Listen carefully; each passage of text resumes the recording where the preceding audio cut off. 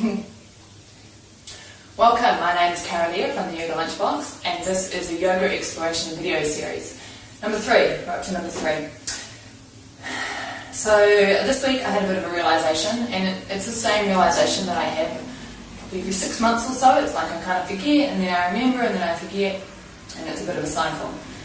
So I've been having a bit of a tough few weeks, and so I did a little work around it, meditation, writing, how do I shift this state of being?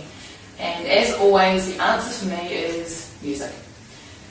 There's something about music that just calls to my soul and gets me out of my head, I think.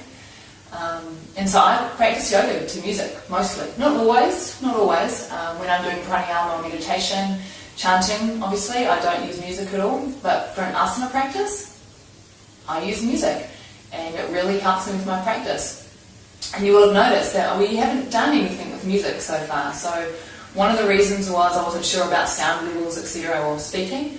And the other reason is that, I have this idea of what it's meant to look like when you do a yoga video, and I realised that you wear yoga clothes, you do it in music, you have your mat, blah blah blah. I don't practice like that. So if I don't practice like that, why am I teaching like that?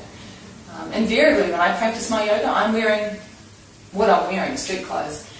I do have a tendency to buy and wear clothes that I can do yoga in, so these pants they're jeans, but they're really flexible, so I can do a full practice in them, and that's awesome. So you're going to see a few changes in these videos. For one, I probably won't be using a mat, because I don't generally use a mat. I'll be wearing what I'm wearing, because that's how I practice, and we'll be using music. So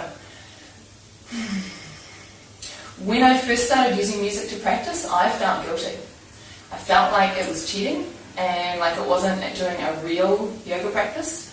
I would often crank Madonna, love Madonna, and that would invariably lead to me dancing around the room, and then that dancing around the room would start to move into asana, and then standing poses, sun salutations, floor series, etc.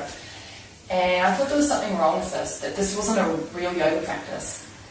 It wasn't until I discovered Prana Flow with Khmeryoga here in Wellington that I realised that, it's okay to use music when you practice yoga.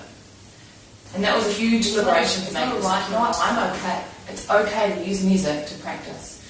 So the question that I have, as always, when I look at something, is it's not that the thing is inherently good or bad. It is the relationship that we have with that thing which is more useful to look at. So if you want to use music to practice, what I would be inquiring into is, what is my relationship to the music? Am I using it to distract myself and take myself out of greater intimacy with life? Which, as Mark Upl says, is what yoga is about, right? It's about bringing ourselves into greater intimacy with our lives. If the music is taking you out of that, if it's a distraction, if it's taking you away from feeling what you're truly feeling, then maybe music isn't the best call for you. However, if the music opens you up and frees you up and lightens you up and brings you into a greater depth of intimacy with your life, if it brings you into a greater sense of what you're actually feeling, then by all means use it. And we'll be using it. So today, and not all the time, because like I said, it's not always appropriate, but it's just in our lives, and we have the ability to discern what is appropriate right now. So for me right now,